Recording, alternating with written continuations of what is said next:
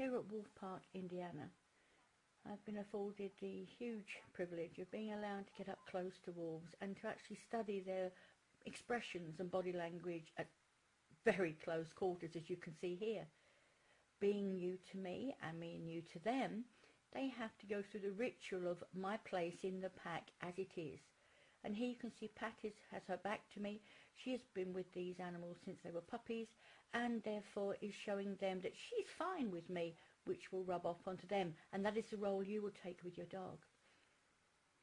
You see how calm we are with them. People so often think that dogs like to live their lives at hyper warp drive or hysterical.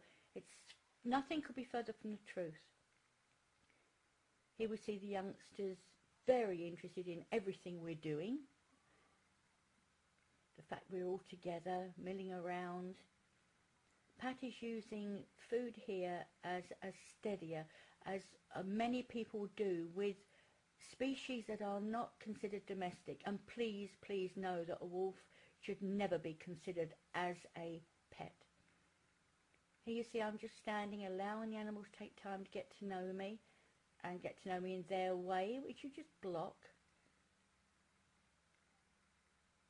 But they're very happy to be socialising with us as long as we give them no cause to fear us.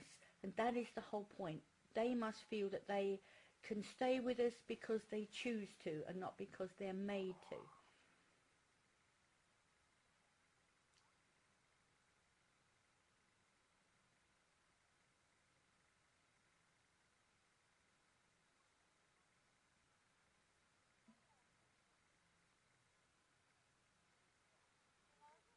See here, one individual is leaving, had enough, wants to go back to quiet life. That's fine. Nobody at the park will make them do otherwise.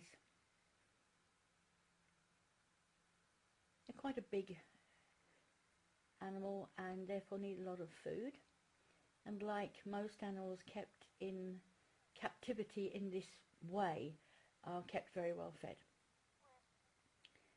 because they have not got to find food for themselves and there is nothing to fear from the outside. They show a lot of behaviour that we need to see, but equally we don't get a full picture because these things are removed from them. You see 3 wolves here. The one furthest from us is actually the alpha male, who stayed there the whole time we were in the enclosure. Looks quite calm and serene, but nobody attempted to go to him very wisely, because they will lay still and watch, protecting his family, allowing them to say hello to us, but just making sure they're safe. When we left the enclosure, they released the female who had been separated from them because she tends to wind the group up, and it is a good idea to know your individuals. And whereas it was quite safe for Pat and Gail, who are with them on a daily basis, along with Monty Sloan, a brilliant photographer,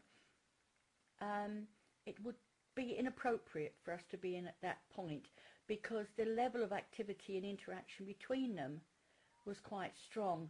But here still, as you can see, although there is wire between us, we can still observe this close to. And it is this level of expression reading. Look at the tail sets, the carriages, even the hackles up, the expressions, the way they look at one another, the way one will move away, just as that one did, slightly lowering the body to show respect to the higher ranking individual. All of this has proved absolutely invaluable to me.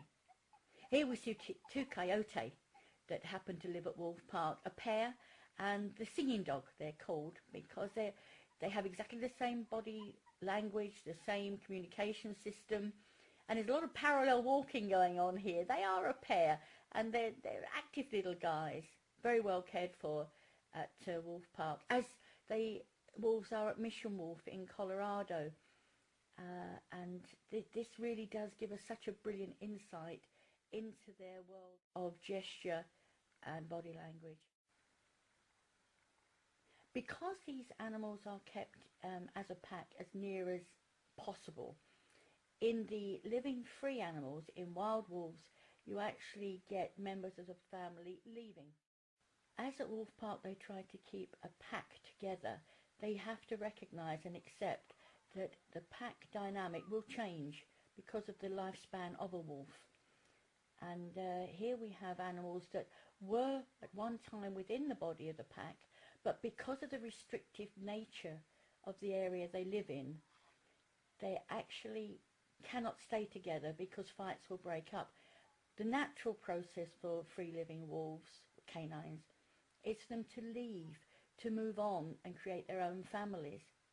And the understanding and education at Wolf Park means that they recognise all of these as natural phenomena and have to address it. And so when it is clear that an animal cannot remain within the pack dynamic, it is removed and in this case put with a member of the opposite sex just to sort of be company and to make their lives pretty nice. These are study animals. They've been kept this way deliberately to help authorities understand wolves more. And whilst a lot can be learnt from them living like this, the truth is you have to see wolves living free, canines living free of humans with the fears and dangers to get the full picture.